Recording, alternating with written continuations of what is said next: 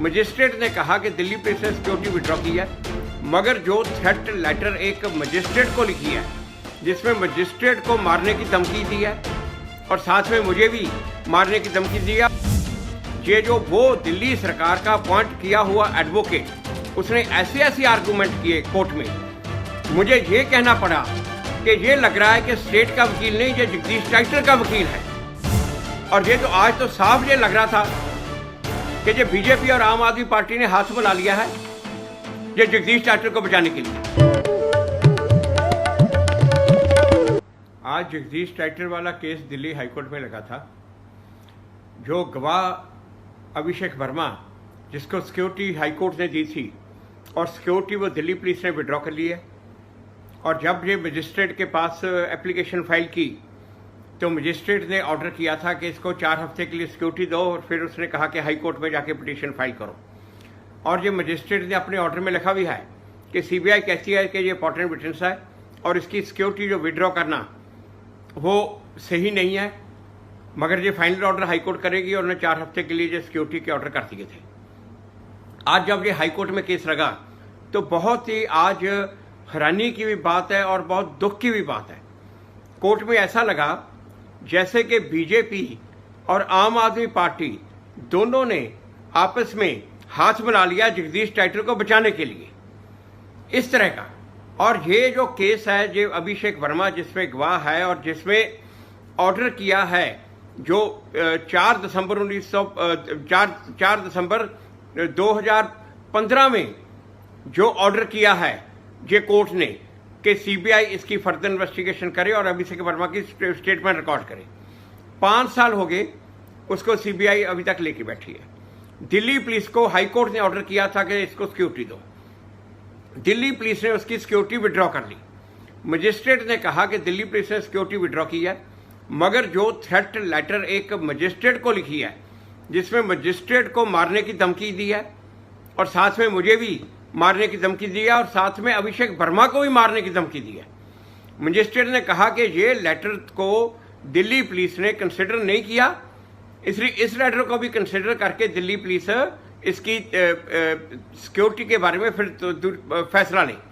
आज जब वो हाई कोर्ट में केस लगा तो हाई कोर्ट में सीबीआई की तरफ से वकील पेश हुआ और स्टेट की तरफ से वकील पेश हुआ, और स्टेट की तरफ से जो पैनल है स्टेट का हाई कोर्ट में वो आम आदमी पार्टी के अंडर है और आम आदमी पार्टी उस पैनल को अपॉइंट करती है।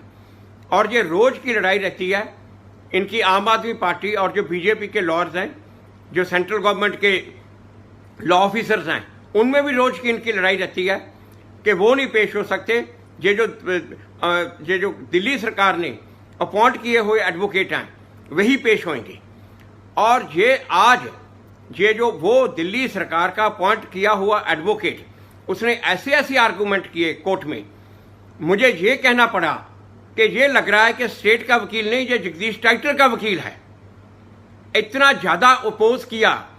उसने कहा कि इसका लाई डिटेक्टर टेस्ट हो गया और कोई टेस्ट इसका है नहीं, अब इसकी जरूरत ही नहीं। तो इवन कोर्ट ने भी उसको कहा कि अगर तो लाई डिटेक्टर टेस्ट नेगेटिव होता तो बात और थी, मगर जब पॉजिटिव है और सीबीआई कह रही है इन्वेस्टिगेशन चल रही है, सीबीआई कह रही है ये हमारा विटनेस है, तो आप कैसे कह रहे हो कि इसकी जरूरत नहीं? उसके बावजूद भी वो पूरे जोरों शोरों से अपोज करने के लिए लगा रहा। उसने यहां तक कि ये जो विटनेस है उसके खिलाफ भी बहुत कुछ बोला, ये जेल में रहा है, ये ऐसे है, ये ऐसे है, ये ऐसे है। मुझे ये बताओ ये कौन सा कानून है कि अगर कोई आदमी जेल में रहा है तो गवाह नहीं हो सकता? ये जो इस तरह का जो एटीट्यूड इसका, और मुझे बाद में ये कोर्ट को ये भी कहना पड़ा कि ये अगर केस आज तक जिंदा है तो ये केस सिर्फ कोर्ट की वजह से जिंदा है। अगर ये पुलिस के ऊपर छोड़ा जाता ना के लिए केस को खत्म करते, ये तो गवाहों को भी मार देते। इस तरह से इसका एटीट्यूड है। और आज वो जो स्टेट का एडवोकेट है उसको तो देख के मुझे बहुत ही ज्यादा हैरानी हुई। दिल्ली पुलिस बीजेपी के अंडर है और ये जो स्टेट का एडवोकेट है ये आम आदमी पार्टी के अंडर है। और ये तो आज तो साफ ये लग रहा था कि ये बीजेपी और आम आदमी पार्टी ने हाथ मिला लिया है ये जगदीश टाइटलर को बचाने के लिए। मुझे बहुत अफसोस के साथ कहना पड़ रहा है कि आज भी ये कुछ हो रहा है। फिर उसने ये कहा कि इसको पुलिस ने कहा इसको सिक्योरिटी की कोई जरूरत नहीं। जो तो मुलजिम है उसको तो 30-30 लोग दिए हुए हैं, जगदीश टाइट को 30 लोग दिए हैं, और जो विटनेस है, जो गवाह उसके खिलाफ गवाही देने को तैयार है, उसको बेसिक सिक्योरिटी नहीं। फिर इस वकील ने कहा कि ये बताए कि इसको कितनी देर सिक्योरिटी चाहिए। सीबीआई से पूछने की बजाय कि सीबीआई क्या कहती है, इसको कितनी देर सिक्योरिटी चाहिए, वो गवाह से पूछ रहा है इसको कितनी देर सिक्योरिटी चाहिए। तो जज साहब ने कहा कि ये तो इन्वेस्टिगेटिंग एजेंसी बताएगी, इसकी स्टेटमेंट वो कब कोर्ट में रिकॉर्ड करेंगे, गवाह को क्या पता, कोर्ट में स्टेटमेंट नहीं रिकॉर्ड करनी है।